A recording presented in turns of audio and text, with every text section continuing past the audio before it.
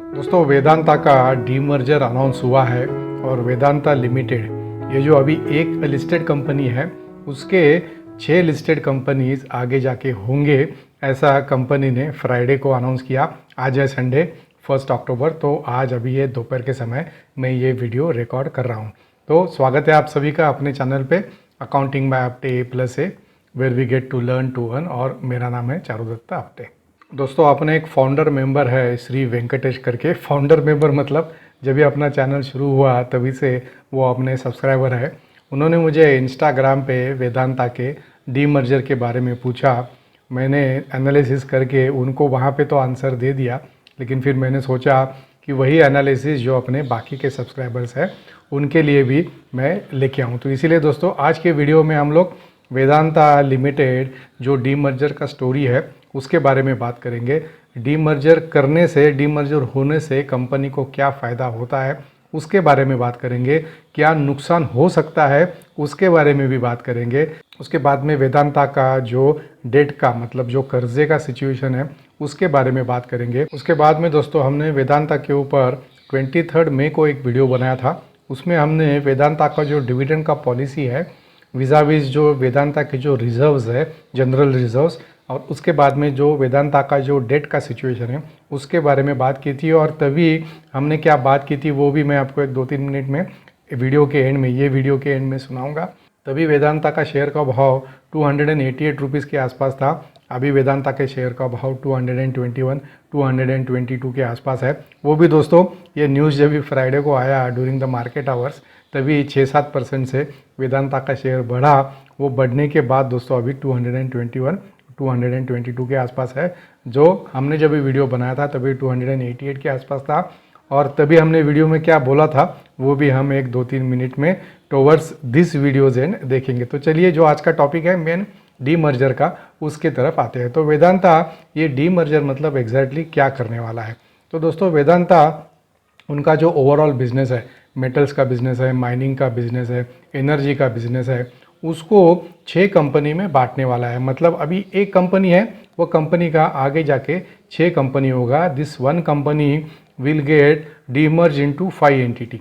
ये कंपनी भी रहेगा, मतलब वेदांता लिमिटेड भी रहेगा, और उसके बावजूद और नए 5 कंपनीज एग्जिस्टेंस में आएंगे। दोस्तों ये डीमर्ज करने से क्या होता है? डीमर्ज करने से वैल्यू अनलॉक होता है। मतलब जब भी companies as a unit under one umbrella काम करती है तभी जो कंपनी का वैल्यूएशन रहता है, तभी जो कंपनी का वैल्यूएशन होता है, वो वैल्यूएशन दोस्तों डीमर्ज होने के बाद वैल्यूएशन बढ़ता है।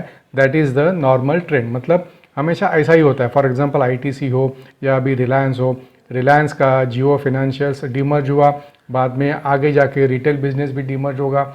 ये दोस्तों डीमर्जर जो होता है that is for purpose of value unlocking. तो ये डीमर्ज करने के फ़ायदे भी है, नुकसान भी है। तो पहले ये डीमर्ज का as a process, as a concept क्या है वो समझता है, then it will be very clear in our mind कि वेदांता के शेयर में आगे जाके हमको क्या करना चाहिए या आगे जाके क्या हो सकता है। तो चलिए पहले 2 मिनट में ये डीमर्जर एज अ कंसेप्ट समझ लेते हैं। दोस्तों जब भी कोई भी कंपनी डीमर्ज होता है तभी कंपनी के ऊपर जो मैनेजमेंट का फोकस है वो बढ़ता है। क्योंकि अभी दोस्तों हायर लेवल पे मैनेजमेंट एक ही है और उनके नीचे देर आर डिफरेंट यूनिट्स। जब भी इंडिपेंडेंट कंपनीज बनेंगी तभी वो इंडिपेंडेंट कंपनीज के डिफरेंट मैनेजमेंट होंगे। मतलब अभी एक लेवल पे मैनेजमेंट है, वही स्प्लिट होके 6 लेवल पे मैनेजमेंट होगा। उससे दोस्तों जो फोकस है मैनेजमेंट का ऑन इंडिविजुअल यूनिट और डीमर्ज होने के बाद ऑन इंडिविजुअल कंपनीज, वो फोकस बढ़ता है। डिसीजन मेकिंग जो है वो पावरफुल रहता है। Not only powerful but decision making में स्पीड भी आता है। और जो ओवरऑल फोकस अप्रोच होना चाहिए ऑन इंडिविजुअल बिजनेस, वो जो फोकस्ड अप्रोच है दोस्तों वो बढ़ता है। नो डाउट कंपनी का वैल्यूएशन भी बढ़ता है। दोस्तों ये जैसे बेनिफिट्स है वैसे डीमर्ज होने के बाद कुछ डिसएडवांटेजेस भी होते हैं, कुछ डीमेरिट्स भी है। वो डीमेरिट्स क्या है वो दोस्तों अभी हम लोग देखते हैं। दोस्तों there is one saying, there is always a safety in being together. For example समझो हम जॉइंट फैमिली में है, या समझो किसी फैमिली में 3-4 अर्निंग मेंबर है। तो समझो किसी एक मेंबर का earning for a temporary period बंद भी हुआ तो भी फिर भी वो फैमिली को कुछ प्रॉब्लम आने वाला नहीं है, क्योंकि जो एक मेंबर है उसका अर्निंग कम हुआ या उसका earning for a temporary period बंद हुआ, लेकिन फिर भी बाकी के जो अर्निंग मेंबर्स है 2 होंगे, 3 होंगे, 4 होंगे, उनका अर्निंग तो चालू ही है।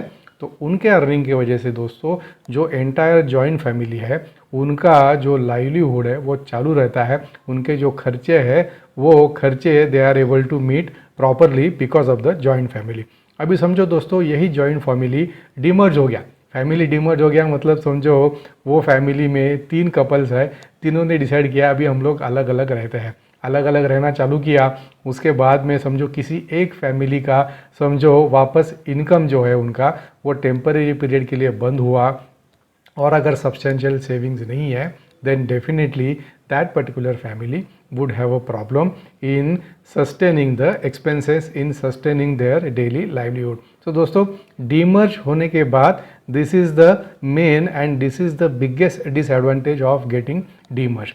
दूसरा दोस्तों क्या होता है कि एज ऑफ नाउ जो वैल्यू है कंपनी का वो कंसोलिडेटेड ओवरऑल लेवल पे है, बिजनेस भी एट अ ओवरऑल लेवल पे है। तो डीमर्ज होने के पहले जो कंपनी का जो कॉम्पिटिटिव पोजीशन और जो मोनोपोलिस्टिक पोजीशन और जो कंपनी का जो स्ट्रेंथ रहता है वो डीमर्ज होने के बाद जब भी individual companies would start reporting their numbers, तो जो उनका मार्केट शेयर रहेगा या उनका जो बार्गेनिंग कैपेसिटी रहेगा या उनका जो कैपेसिटी रहेगा टू सस्टेन द कंपटीशन, वो दोस्तों मेरे हिसाब से थोड़ा कम होगा आफ्टर द डीमर्ज। कंपटीशन भी थोड़ा सा दोस्तों टफ होता है और एफर्ट्स रिक्वायर्ड आर मोर। इसका दोस्तों एक सिंपल एग्जांपल देखते हैं तो then this concept would be demerge and not demerge, मतलब कंसोलिडेटेड लेवल पे कंपनी और डीमर्ज कंपनी का कंसेप्ट जो है वो एकदम क्लियर हो जाएगा। ये एग्जांपल देखेंगे फिर आगे बढ़ेंगे। समझो हम किसी बस में ट्रैवल कर रहे हैं या शिप में सेल कर रहे हैं, तो दोस्तों उसमें क्या होता है जो शिप का कैप्टन है या जो बस का ड्राइवर है वो हमको हमारे डेस्टिनेशन तक छोड़ के आता है। फिर बीच में कितना भी बारिश रहो, कितना भी ट्रैफिक रहो, रास्ते का कंडीशन कितना भी ख़राब रहो, हमको सिर्फ बैठना है और अपने डेस्टिनेशन तक पहुंचना है। यही लेकिन दोस्तों अगर हम खुद ड्राइव करेंगे या हम खुद अपनी इंडिविजुअल बोट लेके समुंदर हो या पानी में सेल करते हुए अपने डेस्टिनेशन तक अगर जाएंगे तो बीच में रास्ते के गड्ढे हो या ट्रैफिक हो या बारिश हो, वो जो ट्रैवल करने का जो रिस्क है वो अपने सर पे रहता है। तो दोस्तों यही डिफरेंस है कि इंडिविजुअली कहाँ पे कुछ काम करना और ग्रुप में काम करना। तो इसीलिए मैंने स्टार्टिंग में बोला कि in togetherness there is a safety net. तो जैसे डीमर्ज होता है दोस्तों वैसे वो जो सेफ्टी नेट है वो थोड़ा सा कम होता है। लेकिन दोस्तों ये सिर्फ अंडरस्टैंडिंग पर्पज़ के लिए है, कंपनीज़ के बारे में नॉर्मली ऐसा नहीं होता है। और जो बड़े कंपनीज़ है लाइक वेदांता नो डाउट बड़ा कंपनी है, मैनेजमेंट अच्छा है, एक्सपीरियंस मैनेजमेंट है, तो वेदांता के जैसे कंपनीज़ के लिए ये जो डिसएडवांटेजेस है those are lesser and advantages are more. That is why management is deciding to demerge all its business. अभी देखते हैं दोस्तों कि वेदांता का कौन सा बिजनेस है जो डीमर्ज होने वाला है। वेदांता लिमिटेड से दोस्तों वेदांता एल्यूमिनियम जिनका turnover close to 53,000 crore rupees का है, एनुअल टर्नओवर FY23 का, वो डीमर्ज होगा। उसके बाद में वेदांता मेटल्स ये डीमर्ज होगा। उसके बाद में वेदांता ऑयल एंड गैस ये डीमर्ज होगा। वेदांता मेटल्स का 23,000 करोड़ रुपीस के आसपास रेवेन्यू है, वेदांता ऑयल एंड गैस का 15,000 करोड़ रुपीस के आसपास का उनका रेवेन्यू है। फिर वेदांता स्टील एंड फेरस उसका revenue almost close to 14,000 crore है, एंड वेदांता पावर जिसका रेवेन्यू क्लोज टू 6,700 करोड़ है। तो दोस्तों वेदांता लिमिटेड से ये 5 कंपनीज अभी डीमर्ज करने का उनका प्लान है अप टू FY25। तो दोस्तों ये डीमर्ज होने के बाद जिनके पास वेदांता का एक शेयर है उनको ये 5 जो कंपनीज है डीमर्ज होने वाले उनके एक शेयर मिलेंगे। ये दोस्तों वर्टिकल डीमर्जर है, मतलब एक कंपनी को डिवाइड करके उसको डीमर्ज करके different companies will get form और वो कंपनीज लिस्ट होंगे और उनके शेयर इन रेशियो ऑफ 1:1, मतलब अगर एक वेदांता का शेयर है उनके पास एक वेदांता का शेयर रहेगा। ऑन टॉप ऑफ दैट ये जो 5 कंपनीज के नाम हमने देखे जो डीमर्ज करने का प्लान है, हर एक कंपनी का एक शेयर मिलेगा। ये दोस्तों ये एज ऑफ नाउ का कंपनी का इन्फॉर्मेशन है। दोस्तों वेदांता लिमिटेड के पास और एक कंपनी है हिंदुस्तान जिंक, तो आगे जाके ये हिंदुस्तान जिंक का भी दोस्तों डीमर्जर होगा into zinc, lead, silver and जो उनका रिसाइकलिंग बिजनेस है हिंदुस्तान जिंक का, तो Hindustan zinc also will follow suit once the Vedanta demerger takes place. अभी दोस्तों देखते हैं कि वेदांता का जो डेट का मतलब जो कर्जे का पोजीशन है वो कर्जे का पोजीशन क्या है, और उनके जो बॉन्ड्स है जो यूएसडी में उनके जो बॉन्ड्स है इंटरनेशनल मार्केट में उसका मैच्योरिटी जो है वो कौन से पीरियड पे कितना कितना मैच्योरिटी है वो देखते हैं, क्योंकि ये इन्फॉर्मेशन दोस्तों बहुत इंटरेस्टिंग है। और ये जो बॉन्ड का जो रीपेमेंट है, जो बॉन्ड्स मैच्योर हो रहे हैं, इसका जो रीपेमेंट है वो रीपेमेंट कैसे होता है आगे जाके, उसके ऊपर भी स्टॉक प्राइस का जो सक्सेस है या स्टॉक प्राइस में आगे जाके जो मोमेंटम आएगा because of this demerger news, वो आएगा क्या नहीं आएगा, उसका भी दोस्तों dependence to a large extent ये जो रीपेमेंट का अभी जो साइकिल शुरू होगा उसका कितना सक्सेस रेट है उसके ऊपर डिपेंडेंट रहेगा। तो कितना उनका बॉन्ड्स, कितने वैल्यू का बॉन्ड्स कभी कभी मैच्योर हो रहा है वो दोस्तों हम लोग अभी देखते हैं। दोस्तों यूएसडी 1 बिलियन तक के बॉन्ड्स अगले साल 21 जनवरी को मैच्योर होने वाले हैं, मतलब उसका रीपेमेंट उनको 21 जनवरी तक करना है। उसके बाद में यूएसडी 951 मिलियन ये 9 अगस्त 24, मतलब अगले साल 951 यूएसडी के अगस्त में करना है, मतलब जनवरी में 1 बिलियन, उसके बाद में 951 मिलियन 9 अगस्त 24 को करने हैं। उसके बाद में अगेन 1.2 बिलियन FY25 में करने हैं 11 मार्च FY25 को, मतलब आगे के 2 साल में ये जो बॉन्ड का जो मैच्योरिटी है उसका अमाउंट जो है वो सब्सटेंशियल है, ये चीज़ ध्यान में रखनी चाहिए। अभी दोस्तों देखते हैं कि वेदांता का शेयर होल्डिंग पैटर्न क्या है। अभी वेदांता रिसोर्सेज जो वेदांता की पेरेंट कंपनी है उनके पास 68.11% का स्टेक उनके पास है। अनफॉर्चुनेटली वो पूरा का पूरा स्टेक लोन जो उनका है उसके सामने already it is 100% of the holding is placed. उसके बाद में दोस्तों LIC के पास 9.02% इनका स्टेक है, और PTC केबल्स प्राइवेट लिमिटेड करके एक कंपनी है उनके पास 2.34% का स्टेक है। These are basically the major stake holders in Vedanta limited.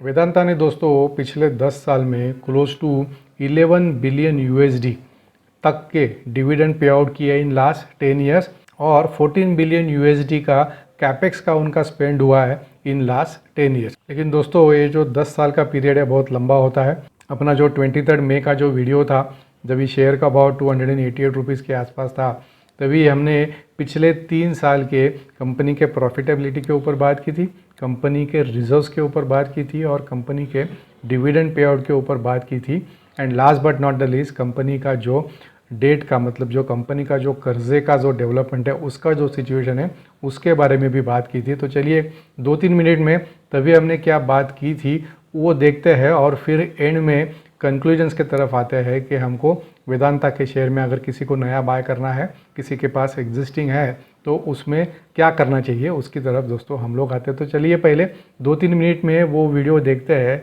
उसका कुछ क्लिपिंग्स देखते हैं, बहुत इंपॉर्टेंट है, ध्यान से देखना।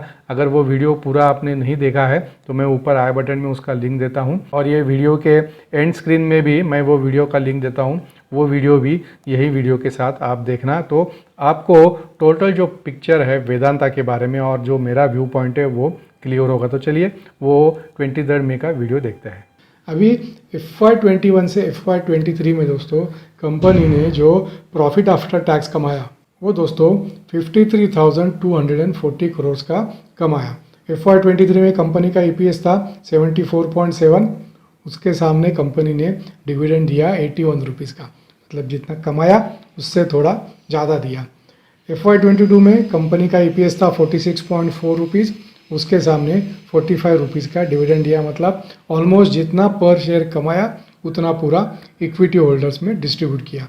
FY21 में 28.2 रुपीज़ का EPS था, उसके सामने 58.4 रुपीज़ का पर शेयर का डिविडेंड डिक्लेयर किया, मतलब ऑलमोस्ट डबल।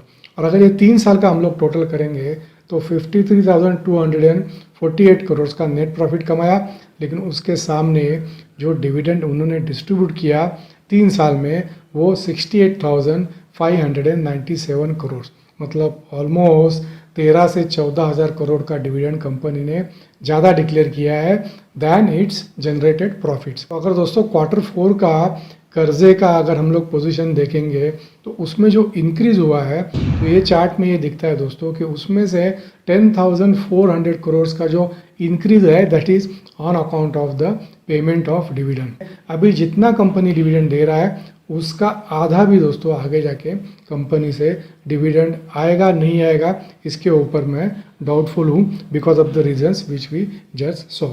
तो दोस्तों एज ऑफ नाउ तो Vedanta dividend point of view से अट्रैक्टिव है, लेकिन एक बात नोट करने जैसी है, डिविडेंड कल अनाउंस हुआ, कल का भाव था 288 रुपीज़, 18.5 रुपये का डिविडेंड है। आज का भाव भी दोस्तों 288 रुपीज़ है। इसका मतलब जो डिविडेंड अनाउंस हुआ, जो डिविडेंड का अमाउंट है that is already factored in the current closing price of 288। तो आगे जाके दोस्तों वेदांता के शेयर में अप्रिसिएशन कितना होगा इसके ऊपर मैं थोड़ा डाउटफुल हूँ, मतलब ज़्यादा अप्रिसिएशन होने के चांसेस कम है। हो सकता है इन बिटवीन कुछ स्पर्ट आए, सडन मूवमेंट आएगा, अप मूव आ भी सकता है दोस्तों, लेकिन लॉन्ग टर्म में मेरे हिसाब से वेदांता का शेयर फ्रेश खरीदने में अभी समझदारी नहीं है, ऐसा मुझे लगता है। तो दोस्तों जैसे मैंने पिछले वीडियो में बोला था, कंपनी स्ट्रांग है, कंपनी का स्ट्रक्चर स्ट्रांग है, कंपनी का मैनेजमेंट स्ट्रांग है, मैनेजमेंट एक्सपर्ट है, उनको मालूम है क्या करना चाहिए, अभी तक क्या हुआ है और आगे जाके क्या करना चाहिए। उसमें we are nobody to comment और नो बडी टू से कि ये डीमर्ज करना चाहिए नहीं करना चाहिए। They are expert and naturally they would do the right thing जो कंपनी के लिए करना उनको चाहिए। आगे जाके दोस्तों वेदांता जो अपना सेमीकंडक्टर मार्केट है इंडिया का huge and also global market, on top of that जो डिस्प्ले का मार्केट है, डिस्प्ले का मार्केट मतलब दोस्तों offering exposure to India's fast growing 140 million USD billion electronics market, मतलब जो इलेक्ट्रॉनिक्स का जो डिस्प्ले का मार्केट है वो और सेमीकंडक्टर का, उसमें भी Vedanta is going to invest substantially. और ये जो दो बिजनेसेस है वो आगे जाके वेदांता के लिए डेफिनेटली गेम चेंजर साबित हो गए ओवर देयर ट्रेडिशनल बिजनेस, ये मेरा मानना है। तो फ्यूचर प्रोस्पेक्ट्स आर ब्राइट, लेकिन एज ऑफ नाउ हमको क्या करना है ये शेयर में, चलिए वो अभी कंक्लूजन्स में देखते हैं। और एक अपना हमेशा का स्टैंडर्ड डिस्क्लेमर, वो बात करने से पहले ये मेरा जजमेंट है, ये मेरा एनालिसिस है, हो सकता है मैं गलत जा सकता हूँ। आपको दोस्तों आपका डिसीजन, आपका नॉलेज यूज़ करके आपको खुद को लेना है। तो दोस्तों मेरे हिसाब से till the time there is no more clarity, till the time there is no more transparency on this demerger story, and जब भी जनवरी में 1 बिलियन USD का जो उनका बॉन्ड का रीपेमेंट है उसका दोस्तों डिसीजन, मतलब उसमें क्या हो रहा है, whether company is able to pay 1 billion USD in January FY 2024, वो जब तक दोस्तों इवेंट नहीं होता है तब तक मेरे हिसाब से वेदांता के शेयर में नया इन्वेस्टमेंट करना अवॉइड करना चाहिए। हो सकता है इन बिटवीन थोड़े ups and downs more towards up हो सकते हैं, अगर मार्केट सेंटीमेंट पॉजिटिव रहा हो सकता है यहाँ से वेदांता का शेयर 240-250 के लेवल भी आगे जाके टच कर सकता है, ये मेरा मानना है, ऐसा मुझे लगता है। लेकिन दोस्तों लॉन्ग टर्म में till the time there is no clarity, there is no transparency on the loan repayment, on the bond repayment, जो भी बॉन्ड मैच्योर होंगे उसका रीपेमेंट कंपनी कैसा करता है, वो जब तक इवेंट दोस्तों नहीं होता है तब तक मेरे हिसाब से सब्सटेंशियल स्टेक या more amount investing in Vedanta should be avoided, ऐसा मुझे लगता है। और एक डिस्क्लेमर, मेरा वेदांता में पर्सनल लेवल पे एक भी रुपए का इन्वेस्टमेंट नहीं है। सो डेफिनेटली नया entry age of no even at this level, though share has come down from 288 to अभी 221, मेरे हिसाब से अवॉइड करना चाहिए। और एक दोस्तों इंटरेस्टिंग चीज़ है कि LIC के पास क्लोज टू जो 9% स्टेक है, वो स्टेक का LIC आगे जाके क्या करता है। अगर हमको ऐसा कोई न्यूज़ दिखता है कि LIC is reducing the stake और LIC ने स्टेक रिड्यूस किया, देन डेफिनेटली दोस्तों नया एंट्री बिल्कुल नहीं करना है। जिनके पास एग्जिस्टिंग शेयर्स है वेदांता के, भले ऊपर के भाव पे लिए हुए हो या भले नीचे के भाव पे लिए हुए हो, मेरे हिसाब से दोस्तों स्टॉप लॉस लगा के इसमें काम करना चाहिए। स्टॉप लॉस कितना लगाना है वो इंडिविजुअल चॉइस है, लेकिन अगर मेरे पास वेदांता के शेयर्स होते, भले मैंने किसी भी रेट में लिए हुए थे, तो दोस्तों मैं 200 रुपये का स्टॉप लॉस लगा के इसमें काम करूंगा। मेरे पास शेयर्स नहीं है, लेकिन अगर होते तो मैं 200 रुपये का स्टॉप लॉस लगा के इसमें बना रहूँगा। अगर भाव ऊपर जाता है, यहाँ से समझो 221 से 231 10 रुपये से ऊपर जाता है तो अपना स्टॉप लॉस भी नीचे से 10 रुपये से बढ़ा के, मतलब 200 रुपये से बढ़ा के 210 ट्रेलिंग स्टॉप लॉस इसमें लगा के बने रह सकते हैं। लेकिन दोस्तों अगर किसी को खरीदना ही है तो वेरी स्मॉल क्वांटिटी, वो भी इन पार्ट्स, टुकड़ों में खरीद सकते हैं, but limit the exposure to the lowest level possible, ये मेरा मानना है। तो दोस्तों यहाँ से मुझे ऐसा लगता है कि वेदांता के शेयर में जो अपमूव है वो ज़्यादा मुझे दिखता नहीं है, एटलीस्ट टिल जनवरी 24, जब भी उनका जो फर्स्ट लॉट है almost close to 1 billion USD का जो बॉन्ड्स मैच्योरिटी है उसका रीपेमेंट जब तक नहीं होता है तब तक ये शेयर रेंज में ही रहेगा। तो it is better to buy the share once the complete transparency is there, and फिर उसके बाद में इसमें थोड़े लंबे समय के लिए हम लोग बने रह सकते हैं। और जैसे मैंने पिछले वीडियो में बोला, डिविडेंड यील्ड आगे जाके भी is not going to remain attractive जो एज ऑफ नाउ है। तो दोस्तों ये था अपना आज का video on Vedanta limited demerger story, हम इसमें क्या कर सकते हैं। मैं आशा करता हूँ वीडियो आपको पसंद आया रहेगा। So thank you very much for your time and see you in next video.